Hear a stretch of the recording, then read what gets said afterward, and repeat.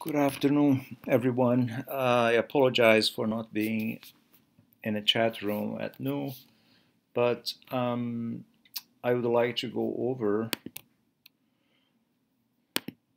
Didn't know the traffic would be so horrible, but yeah, here we are.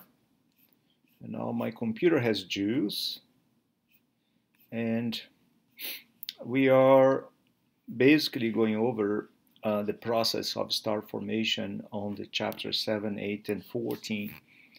And also we are initiating today another discussion, and I will set the discussion number 3 beginning today and with the due date that is given. Let me see if I can see that. It's right.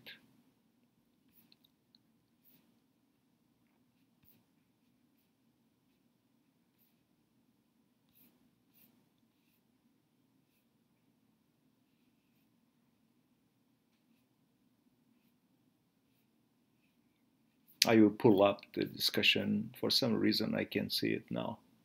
It should be open up. But so what's the point of discussion, which I would like you to develop? Oh, it's right here. There you go. That is due on January 18, and that is in today's chat.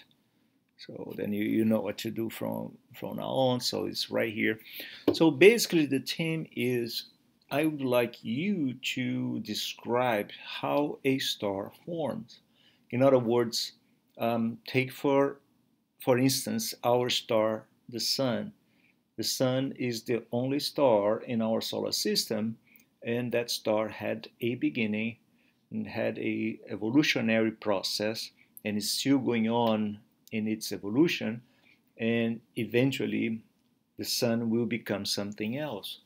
And what we learn in science and in astronomy in particular is that all that we observe and all that we see and all the systems we perceive and we interact in nature, they all had a beginning, they all had an evolutionary process, and they all will face their dissolution, their end, and this is not different when we talk about stars. So these 3 chapters, they touch the point of star formation. So point for the discussion: describe the steps of a star formation.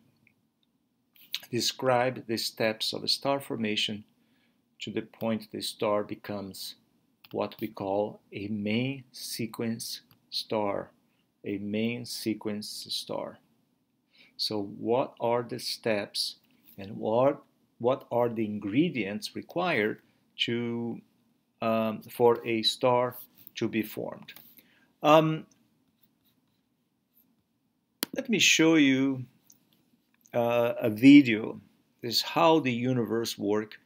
It's a good video. It gives you some flavor of how stars formed, how our sun formed. So stars are formed in groups or in associations. And in stars, the ingredient, the stuff that makes star is primarily hydrogen and helium. These 2 atoms are the most important components of a star. And as you can see in this video, there is a slow process of contraction and accumulation of gas to a central part, which is the center of mass of this particular system, and that is where the star will eventually be formed. So stars are formed out of gas and dust that exists in the interstellar medium, and eventually, if gravity is, and we learn gravity in chapter 3, if I'm not mistaken, if gravity is stronger than the repulsive pressure caused by the molecules and the atoms in this interstellar gas. So if the contracting force of gravity is bigger than the repulsive um, force that arises out of gas pressure, then this gas will slowly start contracting towards what will become a central star. So our sun was formed out of gas and dust that existed in the stellar medium, and then eventually gravity efficiently was able to bring all these molecules and atoms to a central point. Now, let me stop the animation and show something else that is happening here. As the gas contracts towards the central star, can you see this flattened disk that happened to be formed? So this circumstellar disk, this material that surrounds the star in its equatorial plane, is a hallmark of star formation. So the circumstellar disk arises because the gas itself that happened to be populating the interstellar medium and will give rise to baby stars, this gas has some initial rotation. As physicists would call, it has an initial angular momentum. And the ballerina effect is when the ballerina wants to spin up, what she does, she brings her arms in, brings her legs in, and as she does that motion, she spins up. The angular velocity increases as a result of this contraction. So the molecular cloud has some initial rotation, and as this gas contracts and reduces itself to this central point that will give rise to a future star, the gas itself rotates and is spin up, and you can see this effect in this animation. See that?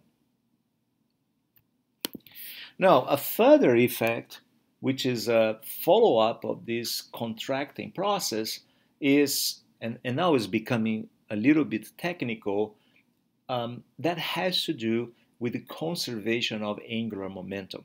So when this rotational energy is transferred to the central star, there is so much rotational or angular momentum transferred that the system itself, the star itself, cannot support that.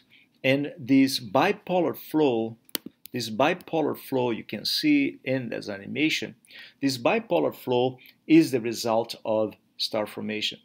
So there are several systems, and our book shows some pictures of it, that indicate a baby star with an active central star, a circumstellar disk going around, and a bipolar flow. This bipolar flow. Now, as the system evolves, the circumstellar gas disk, the temperature diminishes to the point that eventually crystallization occurs. And now you have a second stage in the evolutionary process of our solar system. And that is, now you have a very hot star. As the gas contracts, the gas heats up, and the central star becomes hotter. And the circumstellar disk, the material in there too, also cools down. And as the temperature, especially in the inner regions, reach certain value, it's about 2000 Celsius or below that, crystallization, certain granules start to be formed. Now, in regions further out, the granules are more icy type. In the regions closer to the star, you have more of the rocky type, of the metal type. So again, all through this solar nebula, all through this circumstellar disk, as the temperature drops, crystals start to be formed. So you have rocky crystals formed all over the circumstellar disk, but in the inner regions, you do not detect, you should not detect crystallizations of ices. You can form only ices and volatiles in the regions further out. Now, as the system evolves further and further, eventually this circumstellar gas that surrounding the star is gone and becomes more of a protoplanetary disk. And then these crystals, they grow in size and reduce, therefore, in numbers to the point they become visible particles. And these visible particles are called planetesimals. So let me see if I can find some animation with the planetesimals. So planetesimals are, oh, I want to see the video. I don't want to, oh, there you go. I have a video here. A planetesimal is a rock-type object. So planetesimals, I don't know who this guy is, but I thank you for being in my class. I don't know if this video is good, by the way. Let me see if it follow the cookie recipe. So we have gas, as I mentioned before. The gas is being brought to a central part by gravity forces. Oh, it's going too fast. No, I don't want to. Okay, wait a second. Sorry, I think I should have prepared this better. See if I can get a.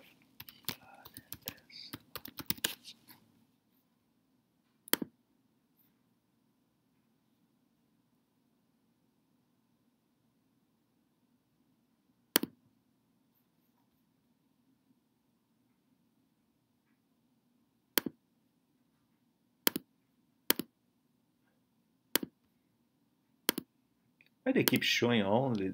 That's the figure again. It's becoming better. Well, I know a video that shows planetesimals quite well. Let's see here. EX lupi UV radiation. Let me see what it is. Let me see if I can find it. EX lupi.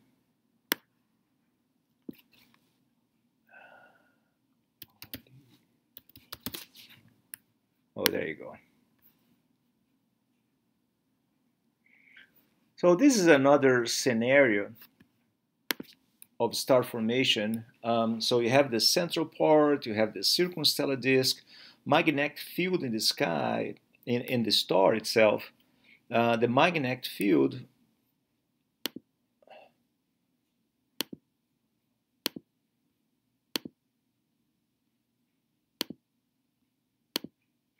Now, the magnetic field of the star creates this gap and all these different features in between the star and the disk itself. I'm not going to go in that detail now, but see these clumps, these little dust, these little particles, crystals. So those are the ingredients that will give rise, once they stick together and grow in size, these crystals will eventually become planetesimals.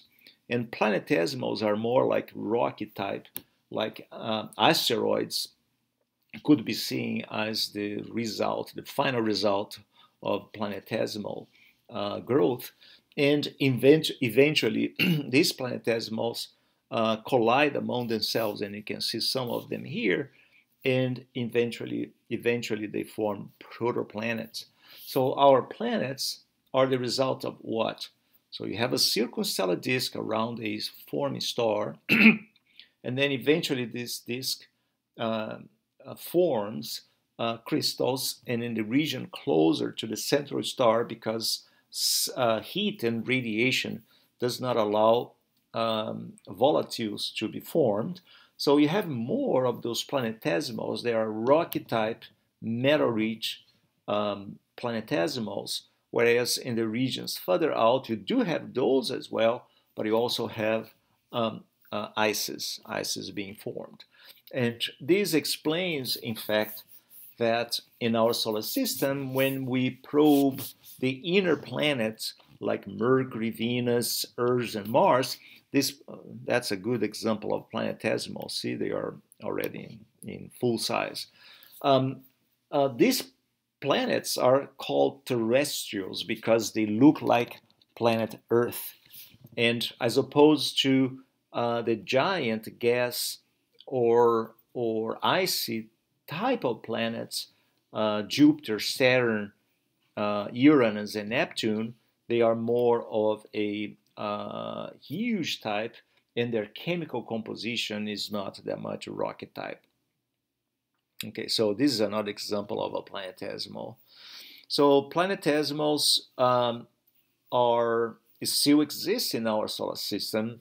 If you look at the region between Mars and Jupiter, all those asteroids can be seen as a leftover of a region in our solar system 4.6 billion years ago where these planetesimals were formed. So again, for the discussion number 3, give a few examples or give the basic steps of star formation. And why do I want to emphasize that? Because usually, if you ask anybody, and you could try to do that, if you ask people in general that haven't not been exposed to this information, okay, how stars are formed?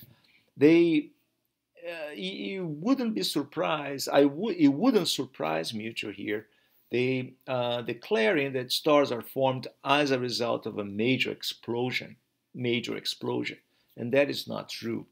I mean, stars are not formed as an explosive event. In fact, as you can see in the animation, stars are formed when gas clumps in, when the gas contracts inward, giving rise to a central star. The gas in the interstellar medium is a cold gas. It's a gas that doesn't have a lot of energy. But when gravity pulls that gas into a central part, this gas heats up and eventually glow to the point that we call it a baby star, a newborn star.